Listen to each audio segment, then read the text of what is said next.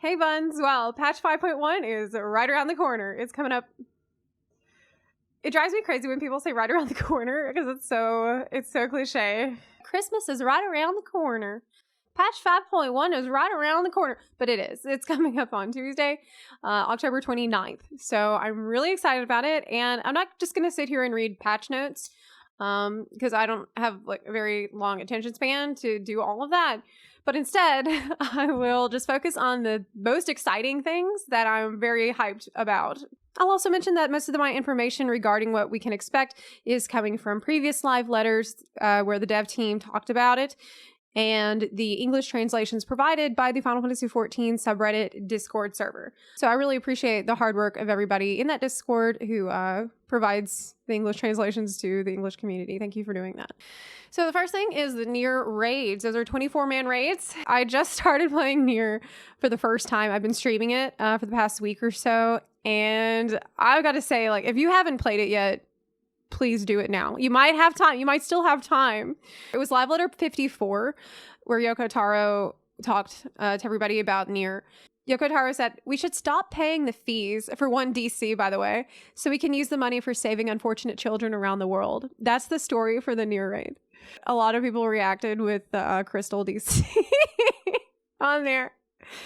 Like, I don't know what's going on with y'all and Crystal, but it's not good if that's if that's the reaction.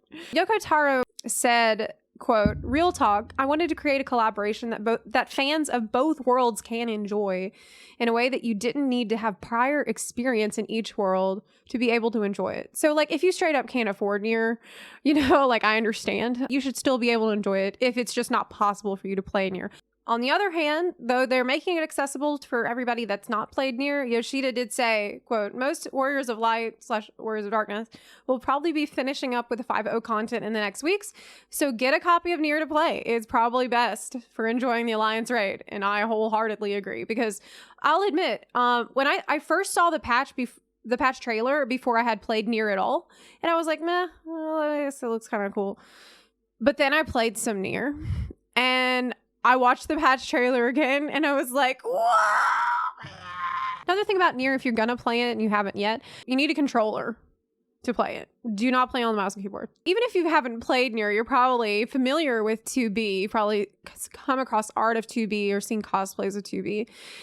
And the word on the street is that they have said that we're giving players exactly what they're expecting regarding the NIER costume. So I think they'll be pleased. Regardless of gender, you'll be able to equip it. So if a male character equips it, it'll be rather intense. Yeah. I'm super excited about that. Because I'm always been one of these people that is very much against the gender locks of any kind. Like, I think everyone should be able to wear whatever the hell they want. And so this is going to be fantastic. Anyway, with patch day so near, you still have a little time to beat to the game. Next thing. The new story quests, of course, and the main story dungeon. If you haven't finished Shadowbringers, then I think the 5.1 trailer is kind of spoilery regarding the the Crystal Exarch. The story dungeon is described as a palace that was built by the elves and is now taken over by a certain Numo. So what do we know about the Numo? They like to help people and they love mushrooms. So, like, I can't help but imagine a hippie soul guru type who's gonna feed us mushrooms for our, like, spiritual awakening. Honestly, it makes total sense after all of the traumatic stuff we've been through. Like, that is the classic TV trope of journey to find oneself when lots of bad stuff happens and you can't process it. You're just trying to sort it out. Or like that woman who joined the search party to find herself. Like, that's actually really accurate. I just hope the Numo doesn't feed us mushrooms until we have to be like, please, no more. New Pixie quests.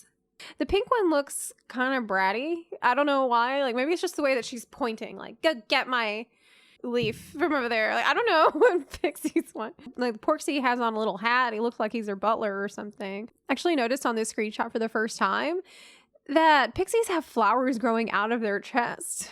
I guess you could call that a bad case of heartburn. I always thought the Pixie mount would be sheep because they have the sheep meadow and they've got the sheep stables and they trade sheep milk with the Numo. But it's actually going to be Porxie's, which is normally a Numo mount. So I guess we'll find out through the Beast Tribe story how that happened.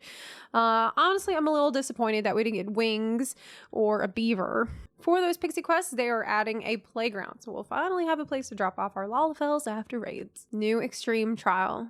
Don't read the description of it from the Wandering Winstrel. I almost said Wandering Winstrel. Because it's sad. Did you ever know that you're my hero? Mechanics-wise, it promises to be an ordeal. Yoshida said, this time the fight and the downtime cutscenes are longer than the usual extreme fights, but don't worry, 2 tokens will drop per clear. So, I'm like, cutscenes? What kind of cutscenes?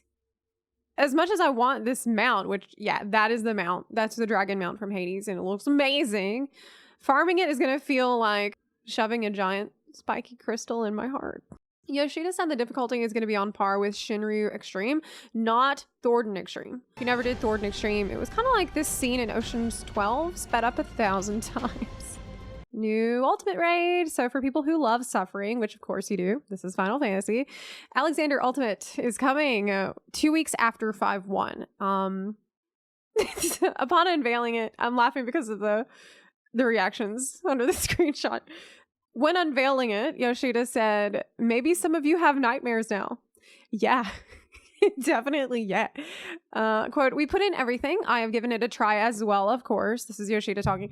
I had no idea what was happening. Okay. He said, I think it's hard this time. This time? He said that the rewards are weapons, and just like the other ultimates, they are very shiny, but in a different way this time. Hard to explain. So a different kind of shiny. Maybe it's glistening with your tears. A title as well you will get from Ultimate. I won't tell you. It might make you laugh. A something legend?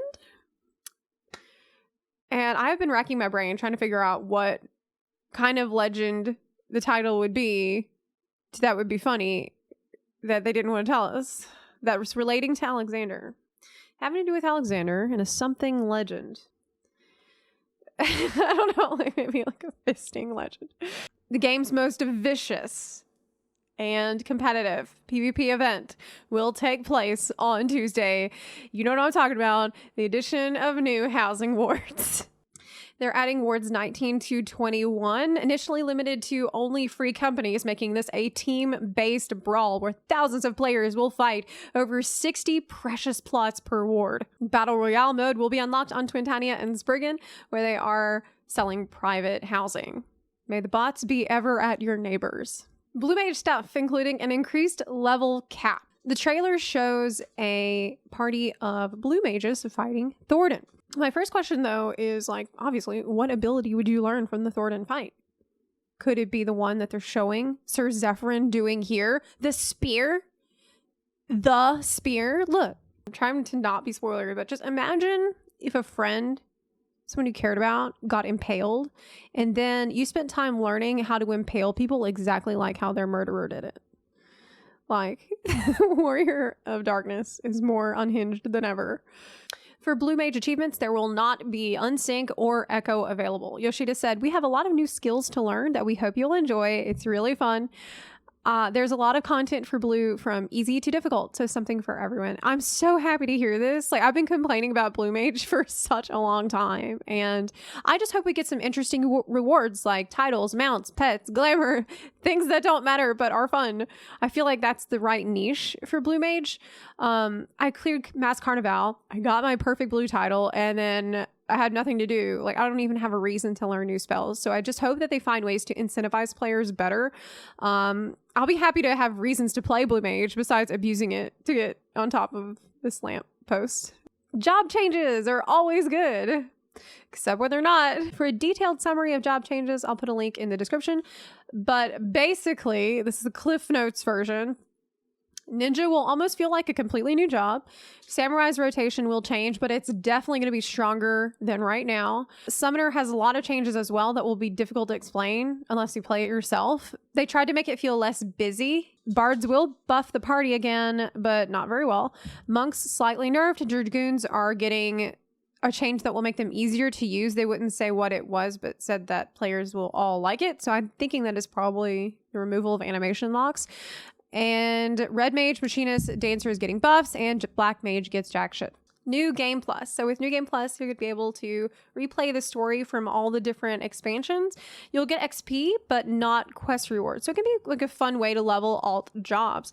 Also, this does not include Realm Reborn. So I know a lot of you are looking forward to returning to the Waking Sands, but I guess you're stuck replaying Shadowbringers and Heaven's Ward. Fellowships are being added. Those are data center wide communities of up to 1,000 people. And you can be in up to 10 fellowships at a time. So if you're on Light, I hope you'll join mine. It kind of rhymed. This is fantastic for someone like me who, like, I don't have time to run an active FC, but I would still like to give my buns a place to talk. Talking buns sounds like a euphemism for a fart. PvP changes. So I am actually really glad about this. The changes seem to be like on the right track. They have added new PvP actions. 24 bans are deleted, like just bye. A new frontline game mode where you claim the uwu. What is up with this game and uwus? The new PvP gear looks absolutely incredible. Like, I mean, I heard Overwatch 2 was coming, but I didn't expect it to be so soon. /lean. Yeah, you're gonna be able to lean against stuff.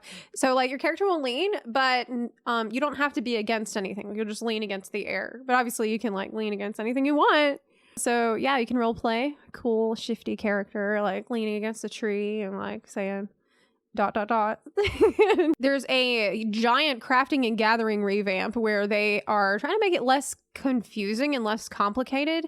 You are going to be able to click on items to see exactly all of the raw materials that you need to make them, which seems like pretty common sense change. Yoshida said, "We believe there are lots of players that have leveled and geared their crafters and gatherers, but have no idea on what they're doing." And then he stared directly at me. The Ishgard Restoration Project is coming out 2 weeks after 5.1. And look, y'all got your work cut out for you because the district looks like absolute shit. Nidhogg tore up and rolled around in this district like a cat with a roll of toilet paper. Well, that is all the stuff that I am most excited about, that I've really got my eyes on. If I missed anything, please let me know in the comments section down below.